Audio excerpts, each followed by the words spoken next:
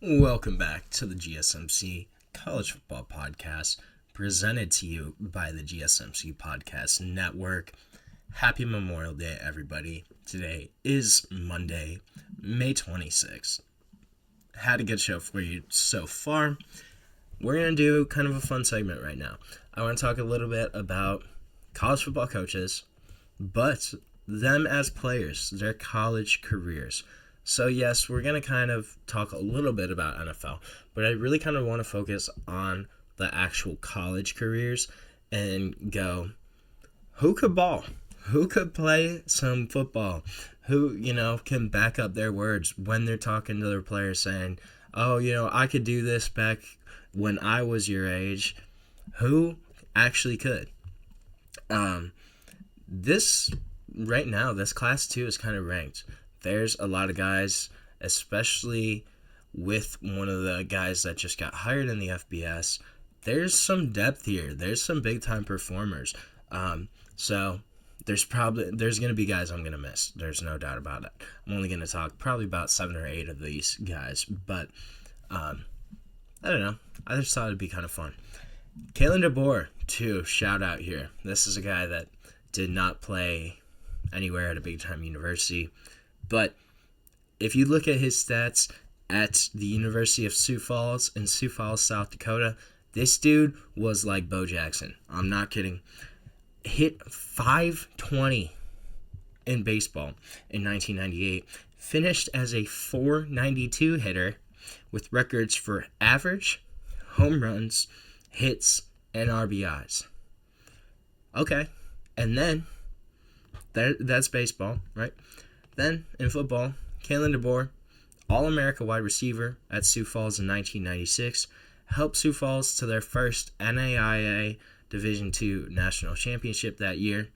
And then as a senior, this dude also set the team record with 99 receptions for 1,372 receiving yards. Okay, Kalen DeBoer. All right, dude. And then also professionally played in an indoor football league briefly, albeit, but still. Okay, Kalen DeBoer. Man, 520 though. 520. That's pretty insane for baseball average. That's ridiculous. Mario Cristobal, Miami head coach, and this is a guy that, if you're being recruited by Mario Cristobal, he says, come to Miami, I'd be like, all right, yeah, fair enough. First team All-Big East at Miami, offensive lineman there, helped them to national titles in 1989 and 1991. Earned 4 letters for the U. Then spent a season as a Denver Broncos free agent. Also spent 2 in NFL Europe with Amsterdam, with their team there. A guy, though, that was a really great offensive lineman and obviously had a lot of team success, too, with the Hurricanes. Obviously, that has translated to his coaching career as well.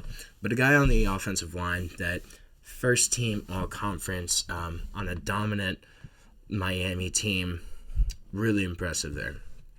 Marcus Freeman. This is a guy that high school All-American, kind of out of the Dayton, Ohio area. Went to Ohio State, played college ball there. Started 37 games at linebacker, often alongside another absolute dog in James Laurinaitis, a guy that is now coaching actually at Ohio State. But Marcus Freeman, though, second team All Big Ten honors in each of his last 2 seasons, 268 career tackles, 23 tackles for loss, 6 sacks, 2 interceptions, 2 forced fumbles.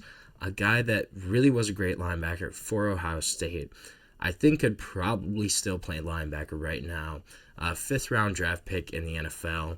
Had to retire after a couple seasons due to a heart condition. But Marcus Freeman, absolute freak at linebacker. A guy that I would not have to want to play against at all. That guy, freak linebacker. Another quarterback, absolute legend, Timmy Chang, Hawaii, Rainbow Warriors quarterback. I'm a little young for Timmy Chang, but I do kind of remember that his name, kind of what he did there. Him kind of dissecting offenses at Hawaii, late night, in the middle of the night, pretty much across the continental U.S. A guy that ran that run and shoot offense and was a perfect quarterback for it. Set D1 records for passing yards, for total offense, for total completions, and for total attempts. So, threw the ball more than anybody, completed the ball more than anyone, had more passing yards, had more total offense than anybody in college football at the time he kind of finished. First team, all WAC, all 4 years he played.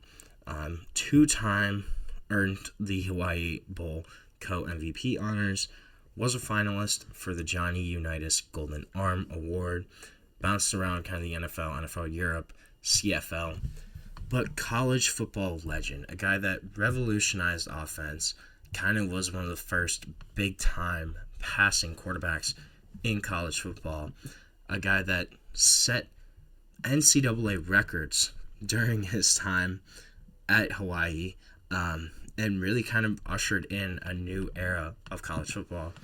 His impact can't be understated as a player, a guy that really kind of showcased what was possible with the passing game. Another quarterback, Scott Frost.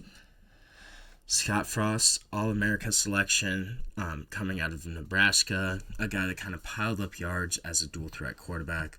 Also really shined in basketball and track in high school, but started his career at Stanford, played quarterback and safety, and then transferred back home.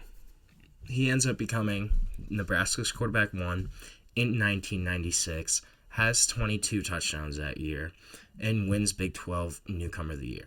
Then, as he's entrenched as the starter in 1997, he becomes the first quarterback to go for over 1,000 yards in both passing and rushing in Nebraska history, helps that team win a national championship, becomes a third-round NFL draft pick, and actually plays safety in the NFL for 4 teams for about 6 seasons.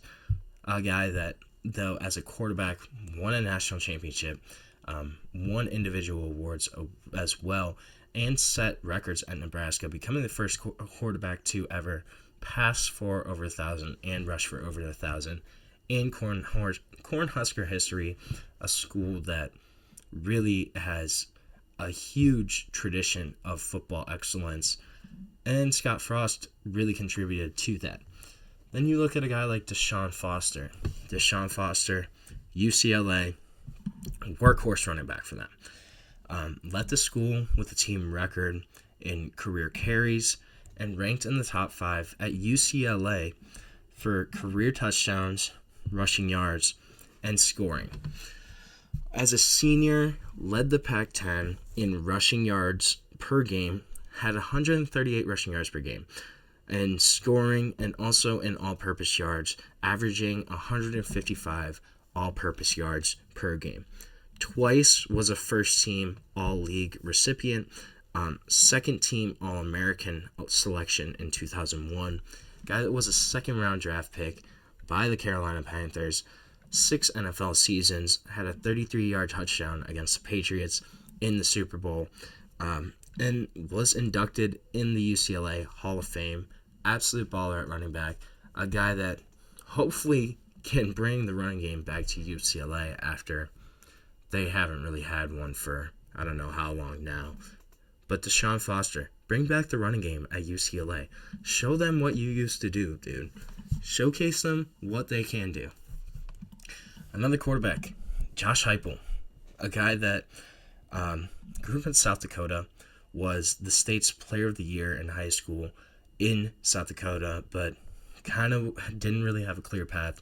Went to Weber State at first, had an ACL injury there, appeared in only 4 games, transfers within the state to Snow College, earns junior college All-American honors, and then transfers to Oklahoma.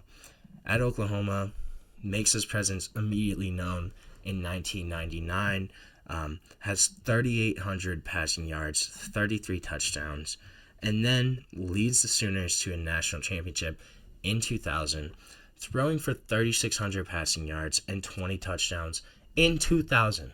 25 years ago, he was doing that, throwing 3,600 passing yards. Incredible numbers. AP Player of the Year that year. Walter Camp Award winner. Consensus All-American honors. And runner-up for the Heisman. A guy that didn't see time in the pros, but absolute legend in college for Oklahoma. Now, then you get to the last two. And the debate between who's better, it could go either way. You have Deion Sanders, obviously. You look at his career in the NFL. You look at what he did at Florida State. Kind of speaks for itself. And then the other guy, new Bowling Green Falcons head coach, Eddie George. Eddie George won Heisman. In 1995 Heisman, 328 carries for 1,900 yards, 24 touchdowns. Also have 47 catches for 400 receiving yards that season for Ohio State. A guy that was recruited by some to play linebacker. Absolutely massive at the running back position. First team, pretty much every offense. Swept the Heisman, Maxwell, Walter Camp, Doak Walker awards. First round NFL pick. A guy that won Offensive Rookie of the Year, made 4 Pro Bowls, had a really great start to his pro career. But, I don't know. The debate can go either way. Him, Deion, first team All-American, final 2 years, third team All-American in 1986. One of the best American athletes of the past 50 years. Guy that did it all, did it well at Florida State. His impact can't be overstated, but I don't know. You could go either way on those two, I think. That's a fun debate. I might lean Deion Sanders, but Eddie George is certainly a completely valid option there. So right now, we're going to take our last break of the show. When we come back, we're going to talk a little bit about the Big Ten. We're going to continue on with our Big Ten rankings, but we're going to dive into that when we come back on the GSMC College Football Podcast.